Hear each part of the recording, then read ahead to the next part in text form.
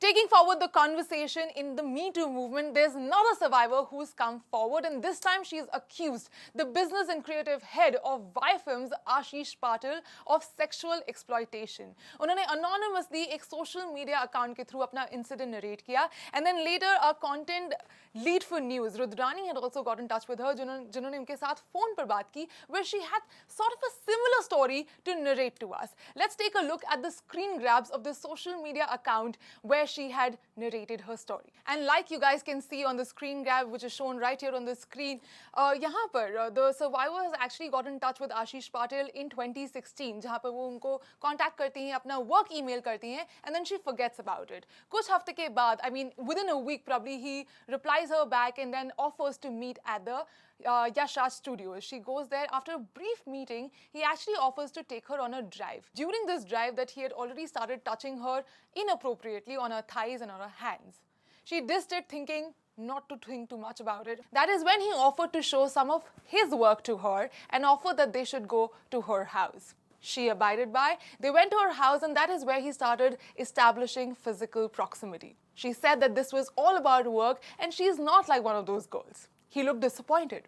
And just when he was about to get up and leave, he actually grabbed her and planted a long kiss. And considering that this was such an important and a senior contact for her, she didn't want to risk it. So she abided by again and then let few days pass by, which is when he again contacted her, now to discuss her short film idea. They had a lot of fruitful discussions, but during those discussions is also when he again establishes his sexual proximity. Post this, he continued meeting her in the pretext of discussing work at her place. While he kept encouraging her to work on her script, ultimately he dissed her, saying this was not Wire FM material. On the other hand, she was still looking for opportunities as the lead of Wire Films, and that's when he offered that she should work on herself and probably make some audition videos and tapes and email them to him.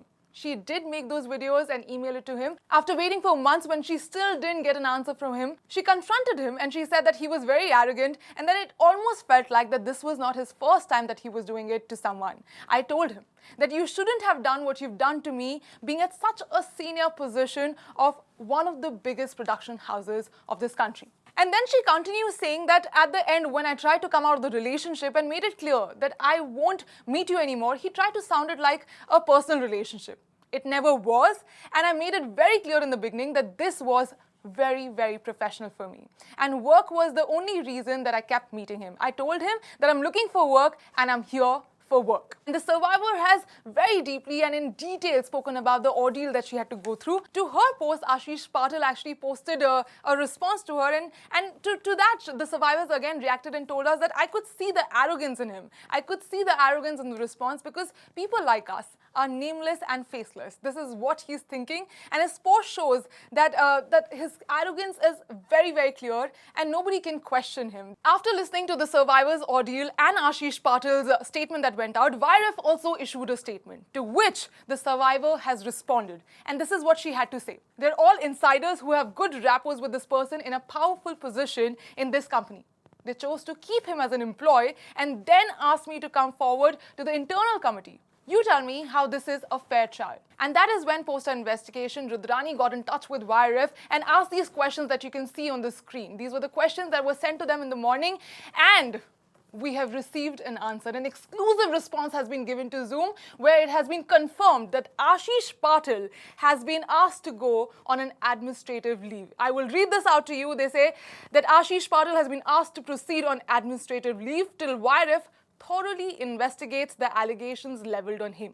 YRF has earnestly requested the survivor to kindly step forward and share her account of the incidents to the presiding officer of our internal complaints committee, who would maintain utmost confidentiality. We seek her kind cooperation in the investigation so that we can appropriately address this issue. We are more than willing to extend our full support and cooperation to address this serious allegation. YRF has zero tolerance towards any form of sexual exploitation or harassment of women, and we shall take the strictest necessary action against the alleged perpetrator if the allegations of sexual harassment are found to be true. Post the investigations and questioning by Zoom, this is the statement that YRF has given us, and this is what Zoom's questioning can do to somebody. Like within days when we picked up Tanushree Datta's story, Nana Patekar has today stepped away from Houseful 4. And here at Planet Bollywood, we urge you guys that if you have stories to share, please come forward and share them with us, because we will give you this platform where we are truly listening. Planet Bollywood News, Monday to Friday at 7 p.m. only on Zoom.